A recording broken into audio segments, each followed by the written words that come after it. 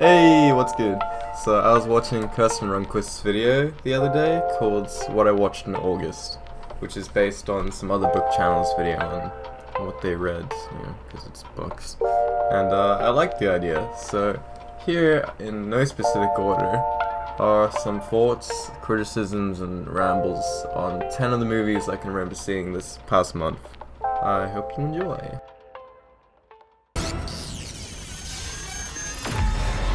So, in number 1 spot is Invader Zim, Enter the Florpus.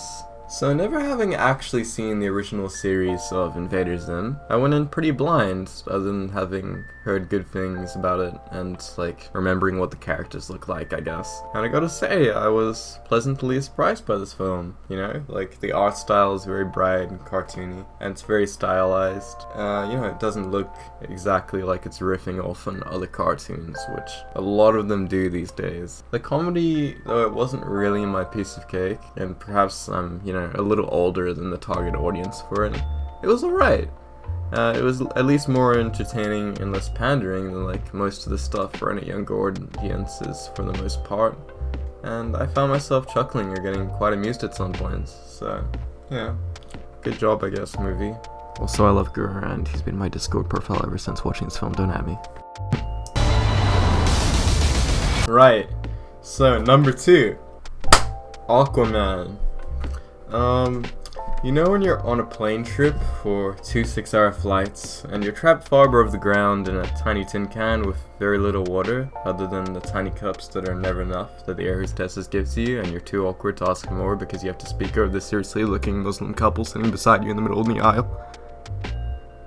Yeah, so you begin to feel like James Franco in 127 hours, and you take what you can get up there. And this was me tiredly watching Aquaman. Now, I heard a lot from critics that Aquaman was one of the best DC Universe films, which it's hardly a prestigious title, but regardless, I went in open-minded to enjoy it, and, well, where do I start? The setting of Atlantis, that looked pretty cool from what I can remember.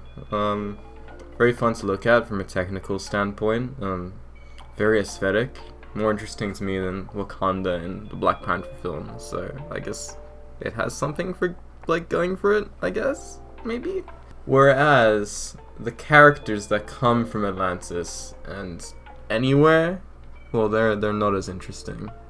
Jason Momoa is, I guess he's amusing at least, but I don't think he's really cut out to sustain a full solo movie on his own. And I don't know what he looks like in a team movie, because I fucking skipped Justice League.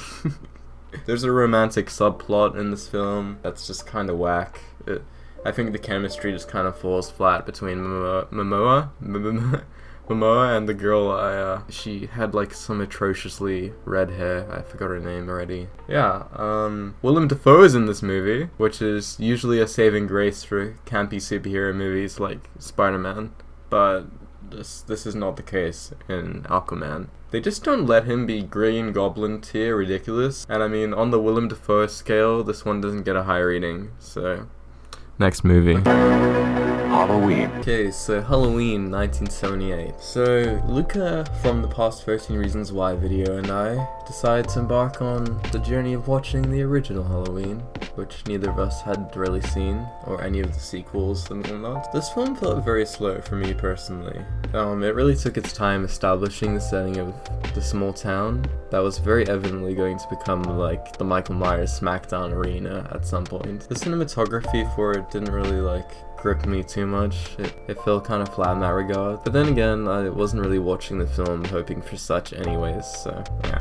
As can be said for most early 80s films, this one is no different in its atrocious usage of tropes. All the characters pretty much fit your usual stereotypes. You got the smart shy girl, you got popular girl 1, popular girl 2, jocks, you got the useless creepy children, you got the town sheriff and the creepy doctor, it goes on. After the slow burn of what felt like forever, and a tedious amount of watching Michael play a really shitty game of hide and seek with the cast, he starts mowing through all the side characters like grass, while the sheriff and the doctor, whoever, dumbly fail to catch him until like right at the end. The most entertaining part of the film for me was the extremely overplayed couple of variations of the theme song, which was played all the time. Also, when all the annoying characters got chopped down in really ridiculous ways, you know, could have done with a little more murder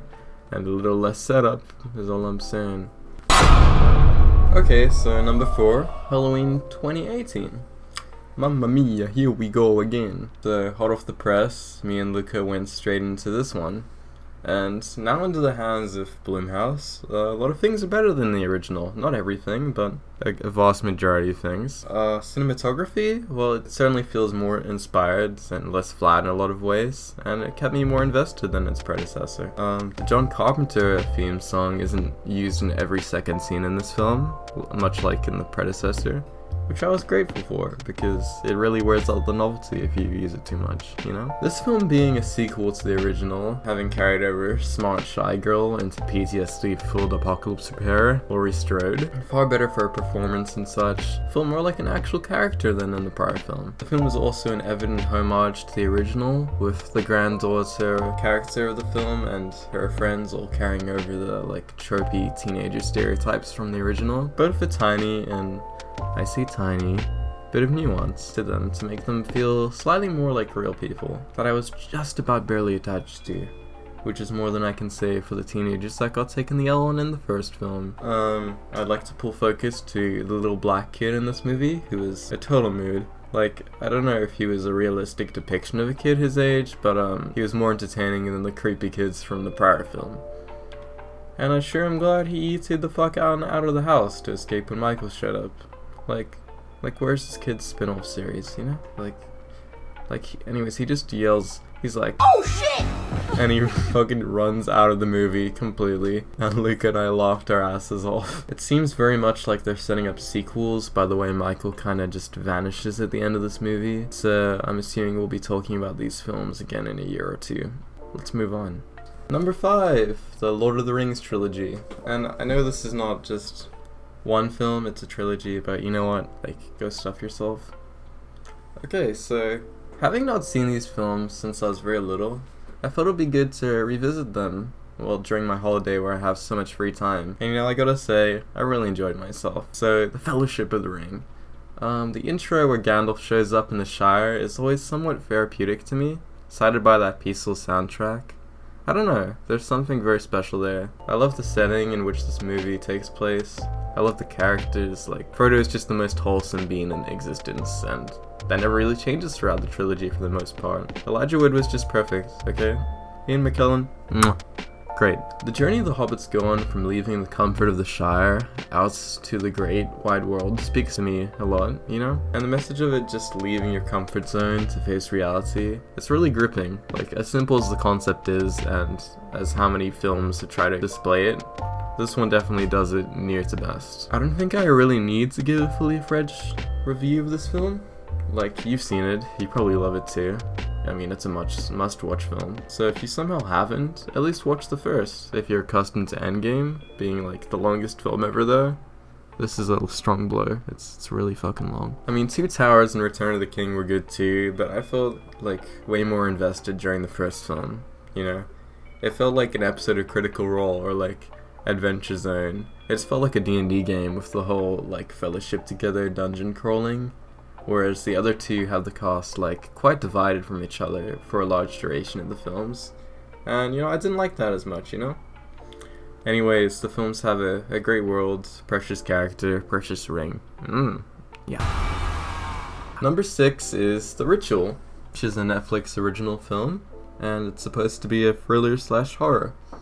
And because it's a Netflix original, I went in with like expectations that aren't through the moon or over. Anyways, it's about this group of friends who, you know, the film lets you know are very British. Very British. And they're planning a bro hiking trip, but then the one guy is straight up like nah, I'm actually good. I'm very fine, my friends.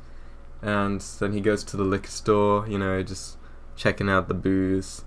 And then he just lets his friend get wrecked by some random muggers that show up at the liquor store to like created. And then ta-da, time skips and all the dudes are on their trip. We're basically like 5 minutes up a hill. One of the guys like, I don't know, twists his foot slightly, and he's a total bitch boy for the rest of the film. And instead of heading back or going the safe way, for some stupid reason, the only way is through the sketchy looking forestry. That's the only way. Through the forest? Yeah, why not? They have to do it. Let's go through. I can't say I was super attached to any of the characters, nor really the protagonist. You know, my friends and I were trying to kind of anticipate the order in which these guys would be unceremoniously killed by something later in the movie, which they were, but not in my expected order. I'm assuming it was for budgetary reasons, but this is one of those horror films that really holds back in showing you the big monster, but rather tries to get you all hyped by things like creepy cabins and, you know, the equivalent of pages from the Slender Man games and little markings.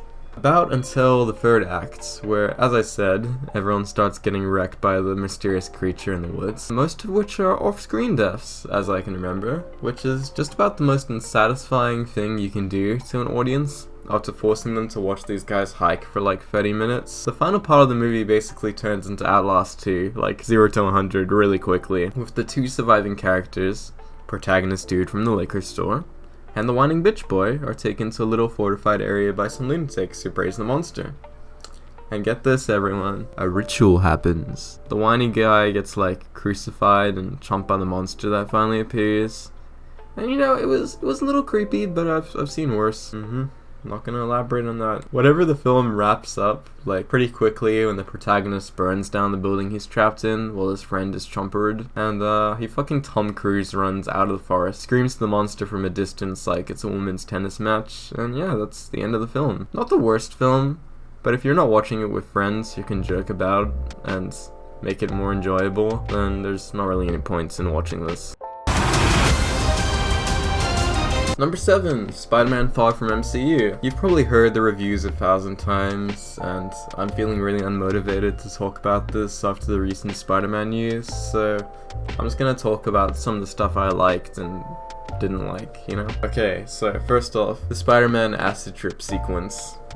I'm sure you've heard it from a number of people, but there's some really visually stunning moments, and it was pretty much everything I wanted from a live-action Mysterio adaptation, to be honest with you. That sequence was just really cool. I do however wish something similar would have happened at the end of the film too, because it would just seem more interesting to me than Spider-Man fighting like 1,000 drones with GoPros on them, you know? I don't know, maybe it's just me. Also Jake Gyllenhaal. He was great in this film. Like, these Spider-Man films in the MCU, they've done really well with casting villains and making them compelling compared to certain other dark elves. And though I've grown tired of this recurring theme of them having some form of like personal vendetta against Iron Man, even though it's a Spider-Man film, it's a great place to stray from this in the third one, which, I mean, I guess it has to now that it's not in the MCU, so there's that. What else did I like? Here I've got written down J. Jonah Jameson, Alex Jones, which, with seeing J.K. Simmons back as J. Jonah Jameson, just made me so happy. It made me smile. I don't know, just the fact that he's Alex Jones in the MCU, it was just so much better. I don't know. I think everyone was just really happy with that. I certainly was. I know I was hitting on the Iron Man threads, but also when the AC/DC fan service came on, I smiled, okay? There hasn't nearly been enough Iron Man AC/DC for a very long time in MCU, so it made me giddy, okay? I can be a fanboy if I want to be, you know, fuck you. Things that were pretty damn stupid. The drone attack when Peter literally sets up a drone from outer space, Elon Musk or some shit, and fires it down at his school bus. Nearly kills, I don't know, Brad? What's his name? With a missile strike from space. And just watching that, I was like, is this really happening right now? Is this what I'm seeing? I don't know. Also kinda damn stupid. Peter has, Theon Greyjoy level, like, Game of Thrones Season 7 fast travel skills, apparently. Where he can be in one place, and then just wake up in the Netherlands like 10 minutes later. I don't know how that works, so you can tell me if that works. Yeah, that's all I've got written down for Spider-Man Far From Home. It was nice, Spider-Man 07, rest in peace. The MCU will live on without you, I guess. will you live on without the MCU? I don't know, we'll see. Next movie.